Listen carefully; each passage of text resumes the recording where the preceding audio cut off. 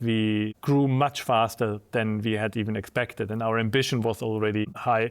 So I think the best metric probably to underline that is if you look at how many German online shoppers have by now already bought something on TikTok Shop. Let's Talk Marketplace. The Marketplace podcast with Ingrid Lommer and Valerie Dichtel. Hello and welcome to another episode of Let's Talk Marketplace. I'm Ingrid, your host as always, and with me today is also Valerie as most times. So Valerie, it's great to have you with me today. Yeah, hi everyone. It's really great to be here. And what a topic we're digging into today, because we are right on the hype with this one. Yes, I think so.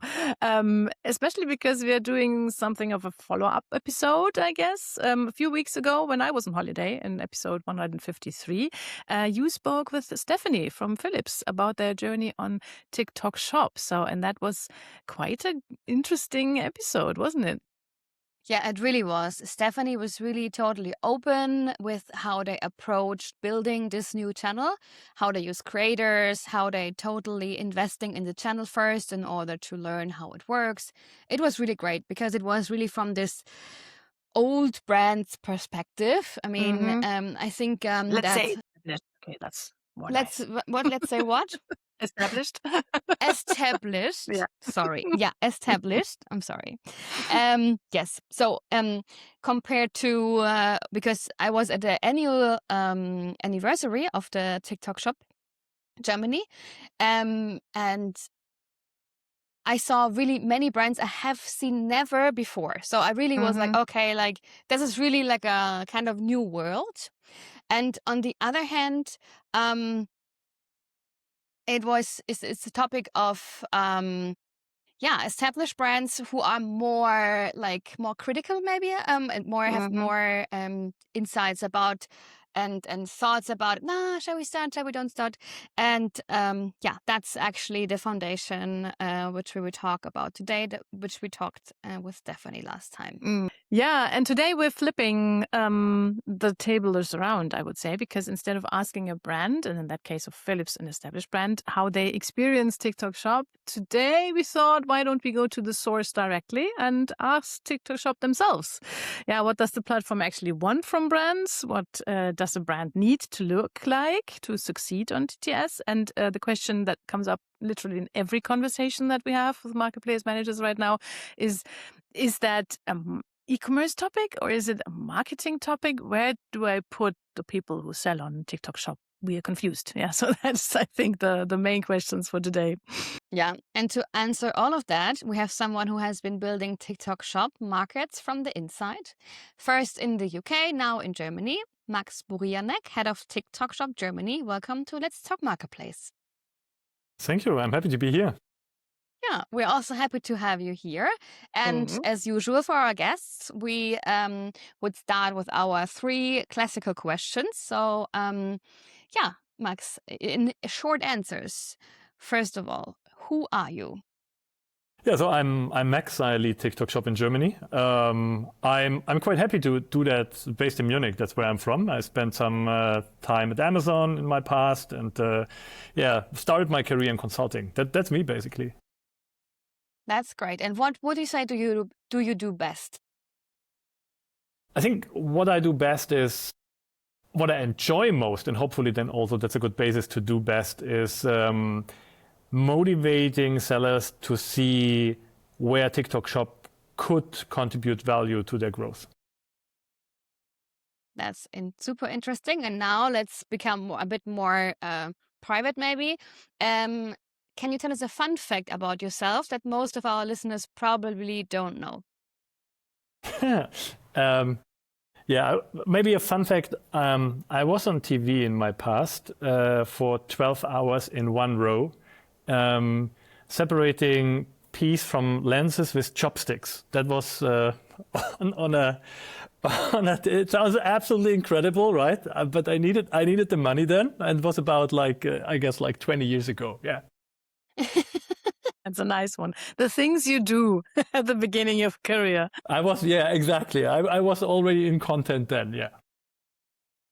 I think every one of us has a story like that to tell.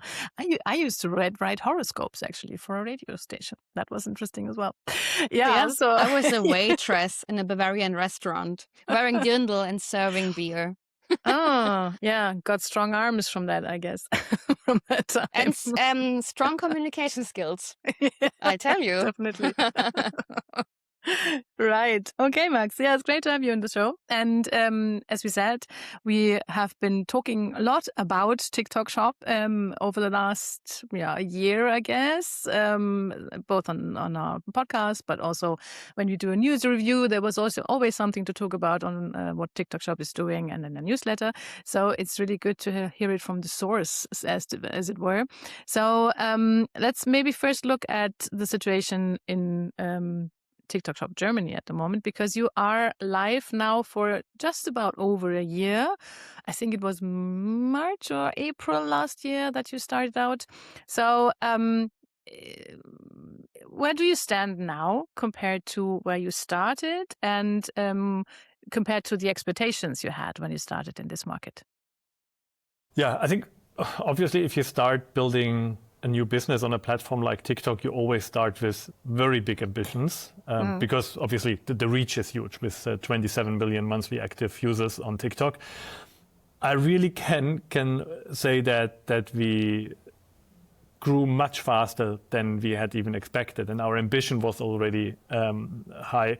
So I think the best metric probably to underline that is if you look at how many German online shoppers have by now already bought something on TikTok Shop. And if you ask Nielsen IQ, market research company, they found out in March that more than 15% of German online shoppers had already bought via TikTok Shop. And this is up from 10.5% when they last measured it in October 2025. So it's a large number and it's growing quickly.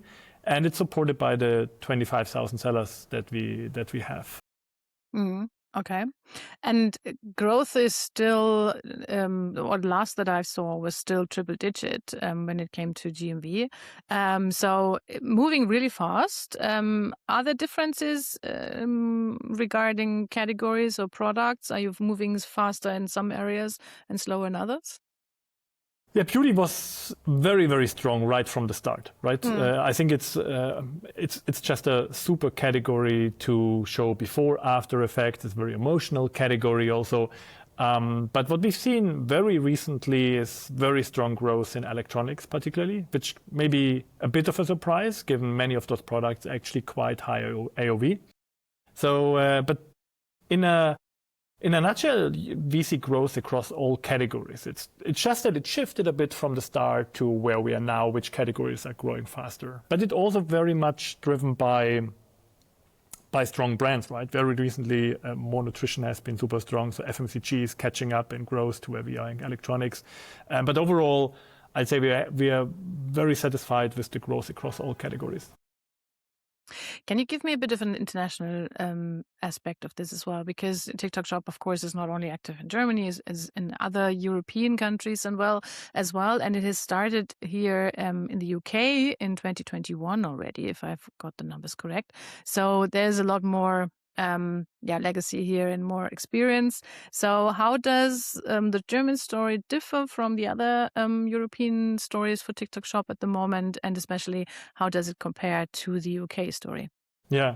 So having the UK is really great, right? Because it's a bit like my personal crystal ball, right? And we are not developing exactly the same, but the trajectory of TikTok Shop in UK has been quite impressive. By now we've got in the UK 6,000 daily shopping live streams. We have more than 200,000 sellers. Now compare that with the a bit more than 25,000 we have here in Germany. So it also sets the bar quite high, right? And it also shows where we want to go in Germany. The good thing is that we've been growing stronger than the UK right after its launch. So we obviously see that our sellers have been looking at what works in the UK and got some inspiration there. Our creators have done the same. We have learned quite a bit about how to further develop our product. And I think we're therefore getting there, right? We are probably not exactly where the UK is today, but we really aim to catch up with them very fast. We have like major brands that are successful in the UK. We already have them in Germany, like brands like Crocs or Philips or L'Oreal, MAC Cosmetics, P&G, Shark Ninja, you name them, right? QVC. And I think there is something really in common. So this ability of those successful sellers to leverage content, and content is at the core of the platform. So we really do see that also in Germany, sellers generate around 60% of their revenue through shoppable video and live shopping. And some enterprise brands, which might be quite surprising. Enterprise brands, as we mentioned, they are more established. You might think they move a bit slower. You might think that adopting something like content commerce is a bit more difficult for them. But we see enterprise brands that achieve up to 70% already of their revenue via content formats. I'd say the biggest areas where we want to further accelerate and where the UK is still a bit ahead of us is clearly, I mean, I mentioned the number of sellers, right? Mix of sellers I mentioned, we are already getting there, also with not only smaller sellers, but also established brands. But then also like on the creator ecosystem, right? Obviously, the UK creator ecosystem has matured already a bit more than here in Germany. We are getting there by building vertical creator pools, so creators who specialize on certain categories, subcategories even. The UK is a bit a step ahead in that, but I'm quite confident in that we are getting there quite soon too. That's and then, really sorry to interrupt you. One thing that just I want to call out is also I think there is one key difference in the way we now launched in Europe versus the way the UK business is being operated, which is the great thing about the EU is that you can help sellers grow across many countries, right? While when we launched, as you rightly said, UK in 2021, it was that island, right? And sellers sold on that island. And what we actually do see in the markets that we launched now last year, like Italy, France, Germany, a couple of months before that, Spain, we see that there are many, many sellers who open up a shop in one country and then they successfully expand from that one shop registration to the other countries. And I think that's a bit special about and different versus how we launched in the UK. Yeah, it's Absolutely. now more nearer to each other, right? In terms of like region, but also like in terms of like timing. Yes. And you can exactly what you learned in Germany right now adapt to the other countries. I mean, obviously you need to adapt it. But language wise, I mean, in live commerce, how do they deal with that one? It's a brilliant question. So, and you're completely right. If I'm a brand that has mostly one host to do live shopping, and that host happens to be, for example, the founder or just a key figure on that company, then that is difficult to translate directly into other languages. What we do see, though, is that we also have a flourishing ecosystem of agencies, And TikTok that's Shop quite partners. important. Absolutely. And those agencies, increasingly, we've got local agencies, but also agencies who set themselves up also in a pan-European way. So we see many of those agencies also helping sellers to expand to other countries, finding live hosts there. And then when you go beyond live, right, the biggest GMV contributor when it comes to content is still video. And video is mostly driven by creators in that affiliate collaboration model. And creator pools, affiliate pools have been developed by TikTok Shop in all the markets that we're in. So if you're a German brand, you want to expand to France, you can connect with French creators who can promote your products, right? So the whole point around creators actually, creator collaboration makes it quite easy to expand. And then last not least, we help where we can with translation tools, obviously, helping to translate, for example, product detail pages, etc. Yeah, interesting. I also find it really interesting what you said about how fast you're moving in the German market, because I mean, after all, Germany has always been the place where people said, yeah, live commerce won't work here. That's just not the culture. We're not ready for that. But I I can understand what you're saying, because there was a lot of hype created around TikTok Shop, because everyone was looking to the UK and going like, what these guys are doing there? This looks interesting. And the numbers were soaring. And so everyone was quite ready to try it out, I guess. Yeah. But well, Valerie, let's maybe move a bit to the side of how brands are doing on the platform. Yeah. I mean, as you said, right, Max, you've got all the types on the platform, like D2C startups, big global established brands, resellers. What would you say, who are actually doing well? And I mean, you already shared some numbers, and who's still struggling even when they put real money in? Yeah. So that's a great question.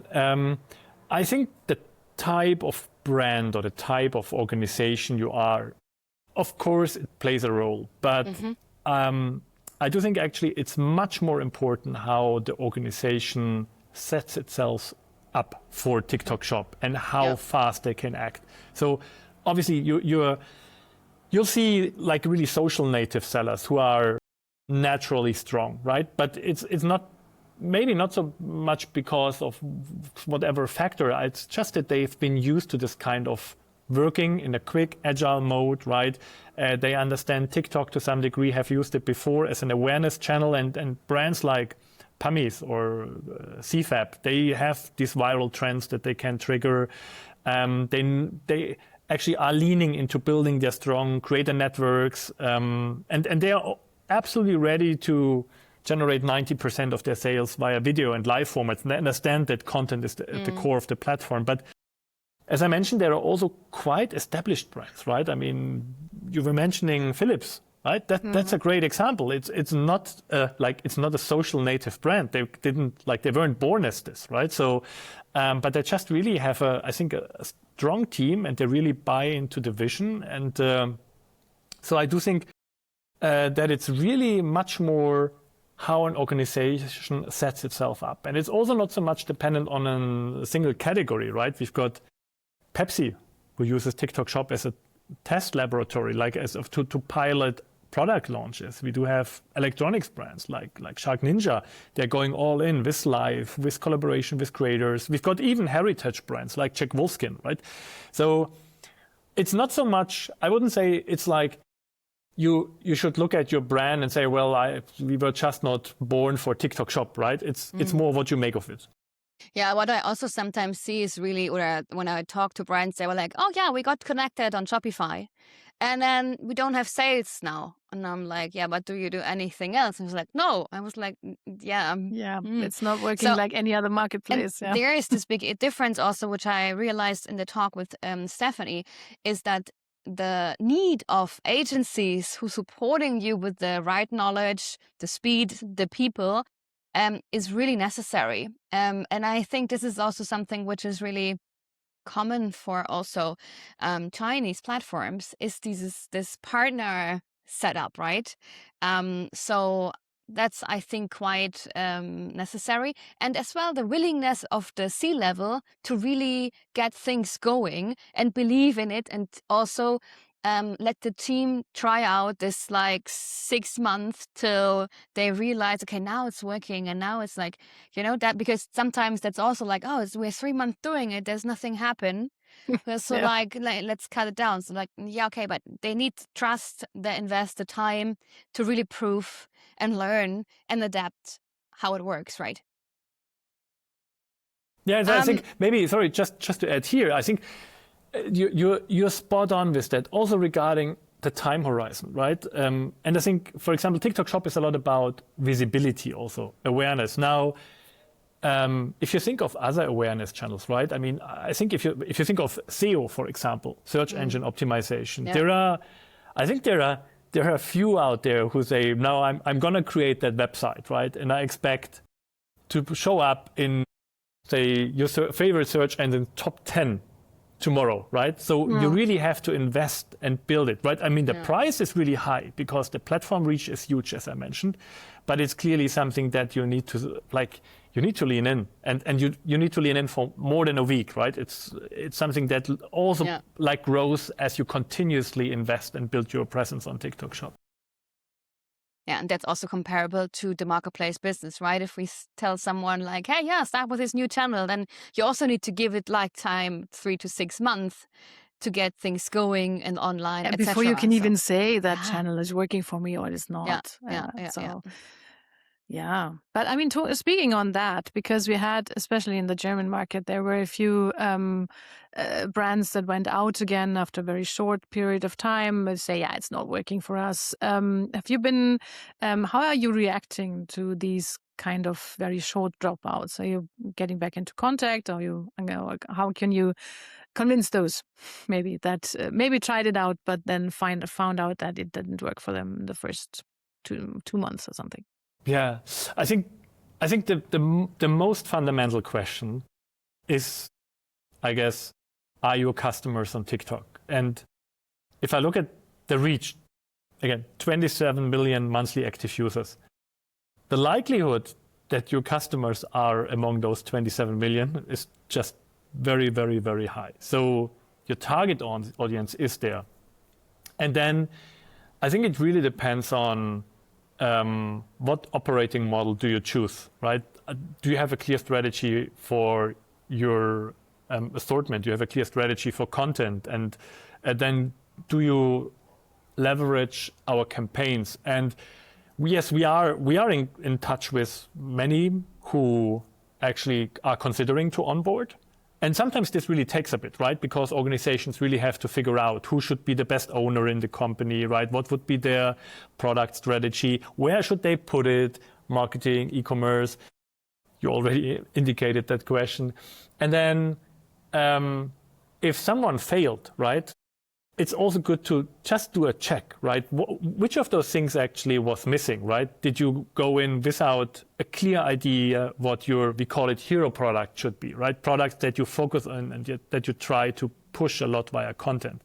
Or did you have a content strategy that really was built on a strong creator community, like these things? And we reflect on that regularly. Also, the platform has, even though we are only here for a bit more than a year, right? The platform itself has further developed, right? And some sellers who joined us in the very first 1 or 2 weeks, like back in April, right? I mean, they probably had a very different experience than what they'll find now in terms of what tools are available, how many users are buying, what's the majority of creators in certain vertical pools.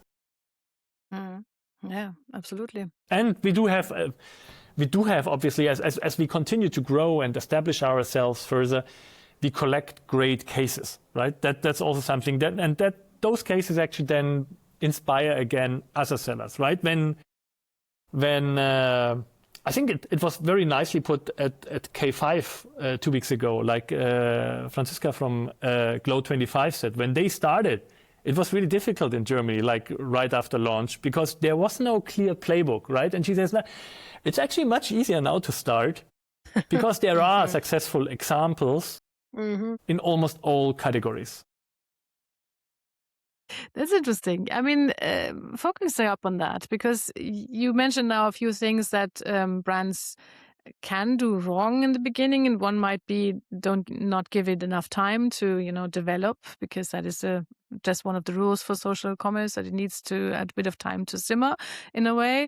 The other might be not really focusing on the content, or not understanding that this is a content-based platform and that shopping is sort of the aftermath of that. What else have you encountered? What kind of mistakes do brands make, especially brands that might be strong in their marketplace business and now come to TikTok Shop and don't know how to adapt to this new platform and its new rules? Yeah, so I think 2 things you mentioned, and I'm just going to recap because they're really important, they're spot on. So one is to be very well aware, it's not a fire and forget platform. It's not like you list your product and then you set up some advertising campaign that spends and that's it. But it's really about content. That's what you just said. And it's really like the reason why users go to TikTok is because they love the content. And that's a huge opportunity, but that also implies that there's a task to have a content strategy. The second one, exactly as you also said, is like, what's your time horizon to come up with a strategy, right? You build something strategically. You don't go in after a week, you judge, but you build your creator community, You test what the hero products are. And there are two more things that I think some brands underestimate when they start. One is community really is a trust layer. And community, and I'm referring to both the end customer community that you build on TikTok Shop, right? Your followers on your account, your fans. But I'm also particularly referring to the creators. Also your creator community, they're really an asset. And those brands that we see that grow strongly, they've understood it. And they build a pool, a community of creators, and they keep them quite tight, right? So they provide them with new information. They provide them with certain challenges, incentives to do content. They provide them with briefing. They provide them with experience, can even be offline events. And these creators, the great thing about these creators is they sometimes know more about the brand's products than the brand team actually knows. They know exactly what are the strengths, what are the weaknesses, what stories work about the products, what stories don't work. And they are often much closer to the end customers, to the fans, than the brand team is, right? Few brand teams interact at that scale with end customers and get at that scale direct feedback and can test out and try things. So the creator pool is a real asset. And I love saying that I think over the past 10 years, many brands have put quite some thought and effort in building really very strong customer relationship management strategies, CRM. And I think that the same effort, the same ambition, the same thoughtfulness and the same love they should put into the relationships with their creators. So if the C actually would be then creator relationship management, right? That's really something that can really make a huge difference today. And this is what we see with the strongest brands we have on the platform, that they do. And that's also what Stephanie said. And also to trust them, not to like write down every word they are allowed or not allowed, to really trust them and say like, okay, I trust you that you know it better and present it in a good way, right? Because absolutely. I mean, we must not underestimate our users, right? The users, they've been in the internet, depending on the age, for 25 years now, right? Some maybe, if they're younger, not so long, but they've been at least, they didn't find the internet yesterday. And I think they can differentiate quite a bit between what's a brand's message and what is an individual creator. And we've all done purchases on platforms based on customer reviews, right? And we are able to read customer reviews. We understand it's not the brand writing a customer review. And actually quite the opposite, right? If it's too polished, a customer review, if it's too much in line with what the brand would say, we doubt its authenticity, right? And this is how our users have learned to deal with reviews on the internet. So I think they can clearly differentiate between what's a review and what's a brand message. And actually, you need to leave a bit of freedom to the creators to give them, like you could brief them with what are the core messages, what's the USP of the product. But there needs to be enough flexibility for the creators to, in an authentic way, tell the story about a product. And if you work with 200, 300, 400, 500 creators, each of them will give it a little twist. And imagine working with 500 creative advertising agencies and not just having them pitch and then you have to pick the best one because you can't afford to work with 500, obviously, regardless of the effort of managing them. But you actually tell them, now do the campaign and let's see which works best, right? I mean, that's a really cool way to look at your creator collaboration. Yeah. So Max, you said like TikTok Shop needs like content, creator relationships, live production, and marketplace operations, logistics, actually all running at the same time. So in most brands, those things sit in completely different teams. Maybe sometimes they don't even have those teams yet. Where should TikTok Shop actually live? So in e-commerce or in marketing, or what is your best practice experience? Let's keep it like that. Because I think there's like put the TikTok Shop manager. Yeah. where do you put it? It's such a great question, and you're so right in that TikTok is a huge awareness channel, right? That's all about discovery, and then further down the funnel, like there's at some point the conversion. And you're completely right. All these different teams need to work together. So I'm going to quote someone who's been doing that quite successfully, right? There's Jack Timpany manages L'Oreal's TikTok shop in the UK. He's a great guy, and I recently was in a session together with him, and basically what Jack said is he said it really doesn't matter where this team sits, where this role sit, right? What matters is really the profiles of the people working on it. So exactly as Jack said, you need people working on content, like experts on content. You need people who are like experts on relationship management with creators. You need really good e-commerce people and people who understand all the physical distribution and fulfillment part. But the hardest thing, and this is, I think, where Jack really had a point is, you need someone who leads that team and who has an appreciation for all of those different functions and the ability to pull them together. That's the hard part. And it's the hardest part is finding that person, giving that person the mandate, and then it doesn't really matter so much where that person sits actually, right? It's really someone who can coordinate and work across these different functions. Yeah.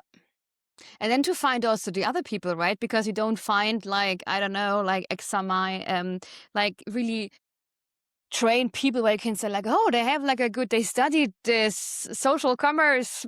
So you can't find this, right? You really need to have people who, worked in the already in the business and learned from themselves or are themselves creators, right? So I think that's also a challenge because those profiles are still like growing themselves, right? I mean, let's like in e-commerce, 15, 20 years ago, there was also like, no, e-commerce management apprenticeship or something. So I think it's a bit comparable. Yeah, no, it's a great comparison, Valerie. I really think I have to think back of like 10, 15 years ago when like I was sitting with vendors and like nobody really knew how that e-commerce game worked, but there were some people who just thought, okay, this is something maybe that I can really build a career in, like where like the capabilities, the skills, the experience I gather, they are an asset in my skill set, in my tool set, and they really leaned in because they felt like they can be part of something new that's gonna stay, right? And I see the same with successful TikTok shop operator these days. They really believe in, like if you look at the brand side, right? They really believe in the vision. They really understand they can build something big, and they really understand it's not a side shop. It's not like they're doing this, and this, and then there is another channel. But they really think they want to do it. They really want to learn it. They want to understand it. They want to test and iterate, and also live with the frustrations if something doesn't work. But then also draw the lessons learned and try one more time and find out what works. Absolutely. Looking at the time, I'd like to put in one or two other subjects that we haven't touched upon so far, and one of them is cost. Because in January 26, you moved your commissions up a bit. They had been 5%, now they're at 9%, so you're still lower than most marketplaces, which normally run around 15%, depending on the category. But still, that is an increase. The question is, of course, is that the ceiling, or is that, just another step along the way? And where is the goal for that? And also, what does it actually cost a brand to sell on TikTok Shop apart from the commission? I mean, there's content and agency fees and, affiliate commissions for the creators, all of that. So is that, how profitable is this game, so to speak? Yeah. So, I mean, you're right? Current commission is 9%. In electronics, it's 7%. And you're right that we increased the commission from the initial 5%.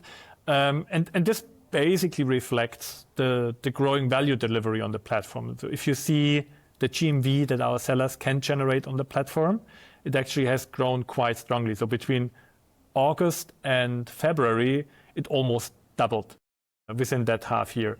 And at the same time, we continue to invest in the ecosystem, right? Whether it's building creator pools, whether it's new tools, further improving our seller support systems. And then I think what's a great question also is like how, like, what should be the total cost considerations for any brand starting on TikTok Shop? And you're right, there's the 9% commission and 7% for electronics. That's universal across the sellers.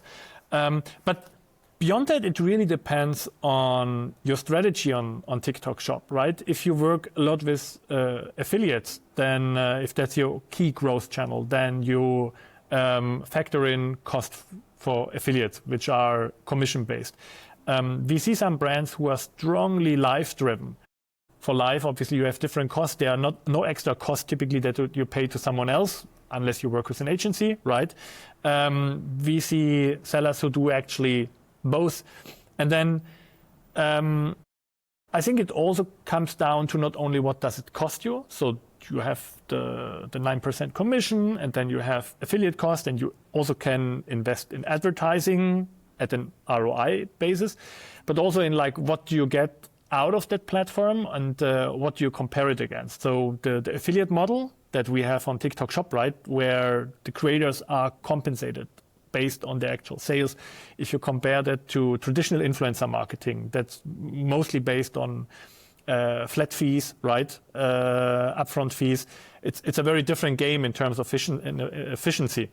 And we also do have some ways by which sellers can optimize their cost base. To give you an example, one important ingredient to working successfully with creators is free samples. So you provide a creator who produces a piece of content for your product with a free sample. There are, at the same time, tools, for example, refundable sample, where the creator regularly buys that sample from you via TikTok Shop, and then you set a certain number of videos that the creator should generate, and even if he produces beyond that number of videos or achieves a certain number of sales, only then actually you refund the cost of the sample. So there's a whole lot of ways how you can modulate, and it really comes very much down to what is your specific strategy. Do you work with live? Do you work with creators? Do you work with a smaller pool of creators? Do you work with refundable samples? All these things. Yeah, interesting. Okay. So maybe before we wrap up, our next Monday question that we normally place, like what can we do or what can you take away from this podcast for our team meeting on next Monday, for example. So if you consider the brands that might have been, standing on the sidelines and looking at TikTok Shop and going like, yeah, I'm going to wait until it's a bit more grown up before I invest or not. I guess there are a lot of those, especially in Germany. So how can they make a real decision on whether to keep waiting or investing? What is a concrete thing that they could start next Monday to bring them along? I think it's actually three things. One is there are great cases for TikTok Shop success in all categories. And I mean, previously you would have looked at the UK. These days you can look also at like a number of German examples. And I think one thing you really should do is, if you're a brand wondering if you should start on TikTok Shop, just look at those examples, right? There's a lot of case studies out there, a lot of LinkedIn posts by people about their journey. Try to understand like how they're approaching it. That information is readily available. And many times I'm really amazed how much our sellers know about how other sellers are doing. So they're like, I think, and maybe you even connect with people, right? I found that some people really are absolutely happy to share about their own journey. So you can reach out. Probably you know someone in your category even who's been successful. The second one is, think how you could make TikTok Shop really a priority for your organization. I recently was at an event with a couple of brands, and there was one very successful brand, and like there was a lot of information sharing, and after that, like many of the brands said, yeah, we want to start too, and there was one brand who was not so clear whether they wanted to do it, right? And then they were asked why, and they said, well, we don't know. It was still a very small company. We've got so many priorities. And the advice by that successful brand, they also were not a big player, but the advice was really, well, if you're not 100% sure, right, then you won't be successful. It's not something that you do on the side, right? You need to give it your all, right? Make it a proper channel. You need to assign someone, right, who builds that. And I think the last thing I would really advise is that brands get in touch with my team, right? We are here, and we are not yet in self-service mode. We are not like everybody has to figure it out themselves in some kind of DIY heroism way, but we are very well aware it's a new channel, it's a new playbook, and my team is really here to help. So reaching out, like pinging me on LinkedIn or pinging others on LinkedIn or whatever, finding us on events, just asking all those questions that you might think are stupid, but that probably everybody else has been wondering about, probably that goes a long way. Yeah. That's actually quite interesting. So if you want to find Max on LinkedIn, it's Maximilian Burianek. Because I also had some difficulties when I first wanted to find you, because you're there with your whole name, obviously. So yeah, a huge thank you, Max, for joining us today and for being so direct about where things actually stand, and what and how brands can actually work with TikTok Shop. It was a pleasure. Thank you very much. Thanks you. And thank you to all of you for listening today. I hope you enjoyed this episode and maybe got a few ideas on what to do on TikTok Shop in the future. Please follow, subscribe to Let's Talk Marketplace. Always helpful if you are there on Spotify, Apple Podcasts, YouTube, wherever.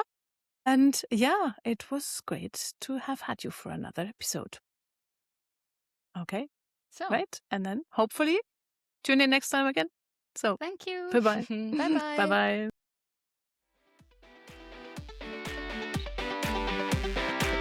You listen to Let's Talk Marketplace. The Marketplace podcast with Ingrid Lommer and Valerie Dichtel.